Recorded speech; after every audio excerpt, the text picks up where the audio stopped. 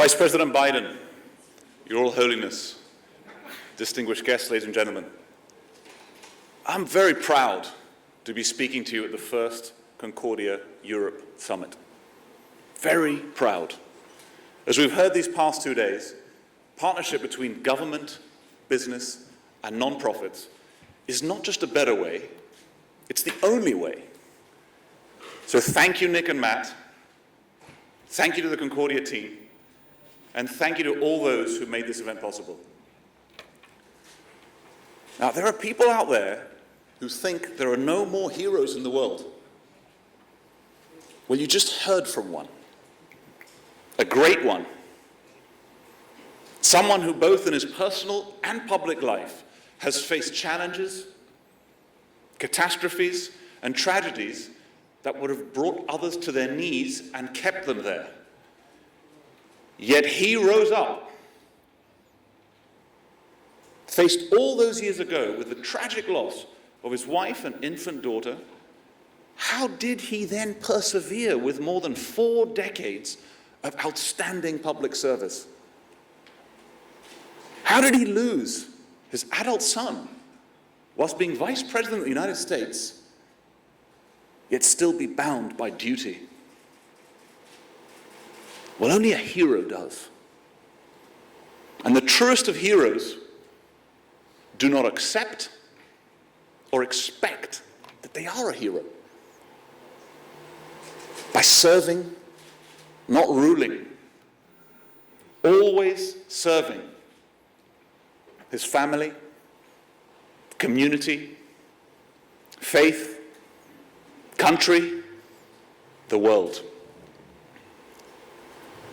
Ladies and gentlemen, many lessons are wrapped in Vice President Biden's life, many of which apply and are applicable to Greece and the Greeks of today.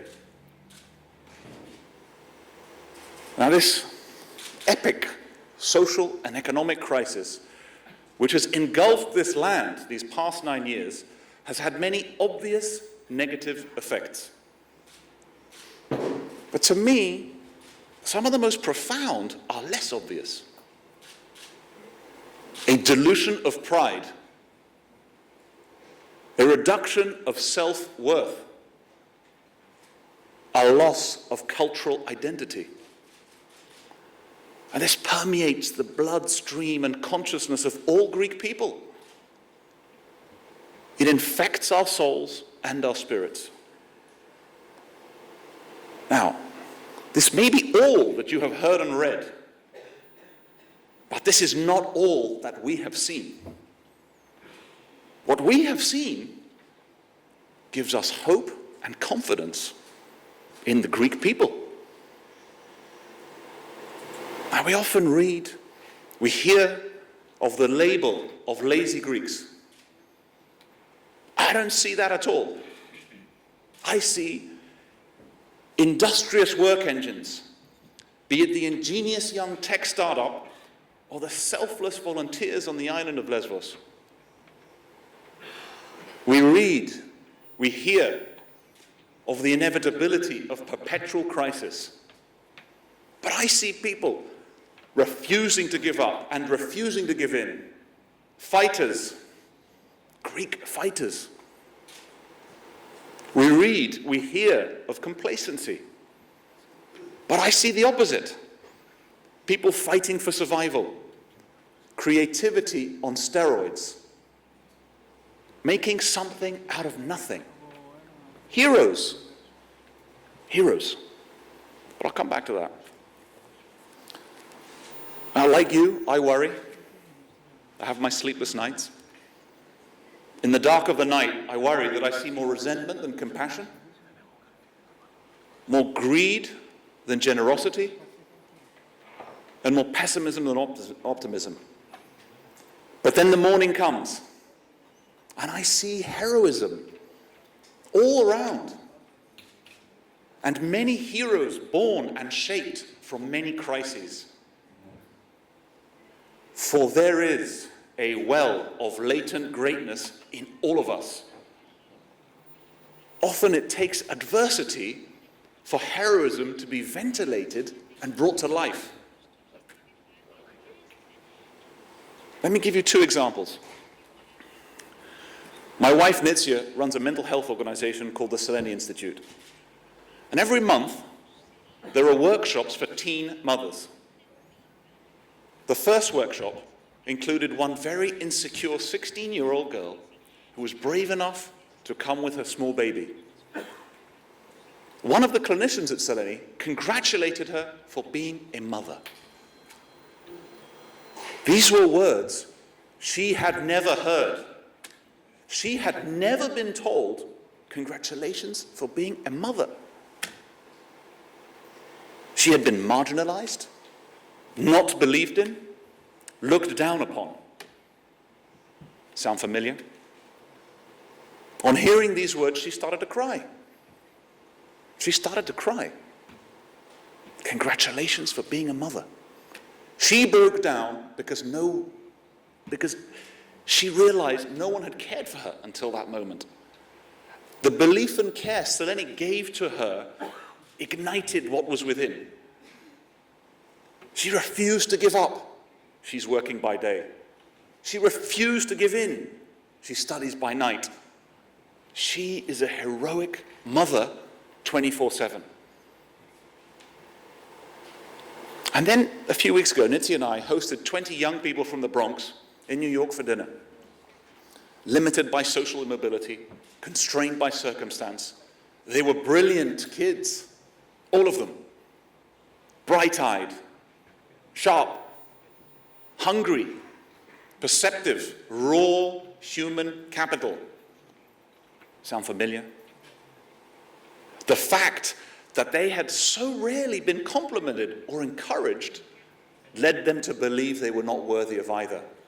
But they were brilliant. One of the kids said something very clever. And I said to him, man, that was very clever. The boy was shocked.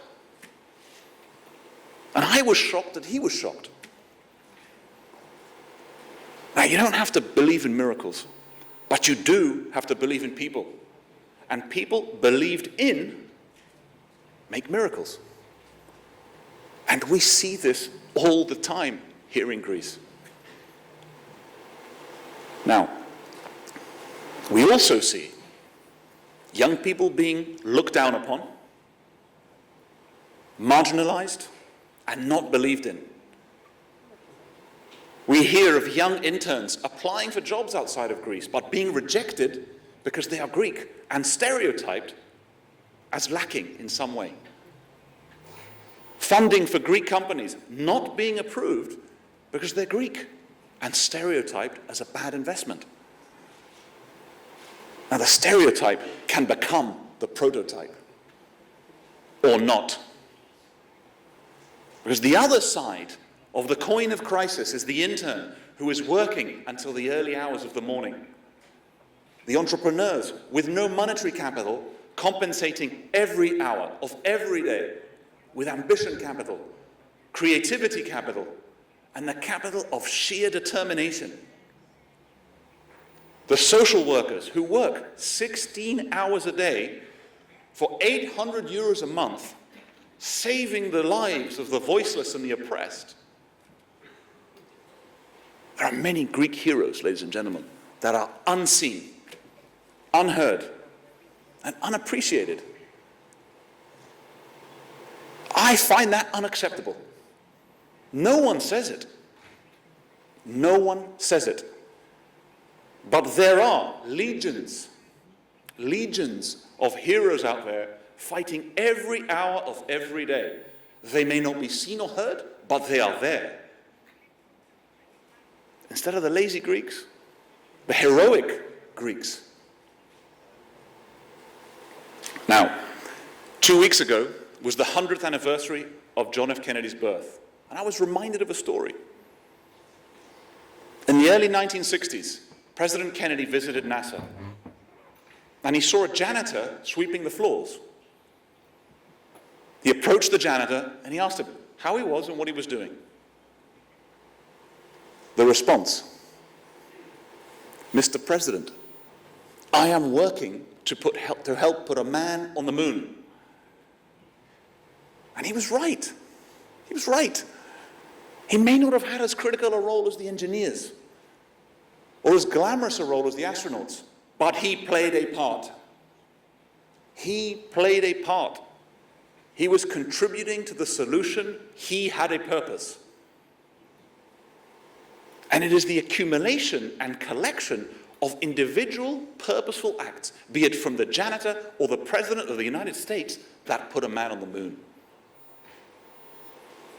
So what can we all individually do to collectively help this country exit the crisis?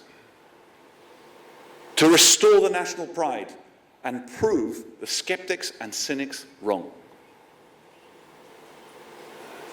And what started off as a fiscal crisis alone has become a crisis of faith and a deficit of confidence. Maybe the solution is not without, it is within. Maybe by recognizing and accepting that Greeks have struggled heroically these past 9 years helps us to fill the confidence deficit. Like I said before, no one says this, but it is true.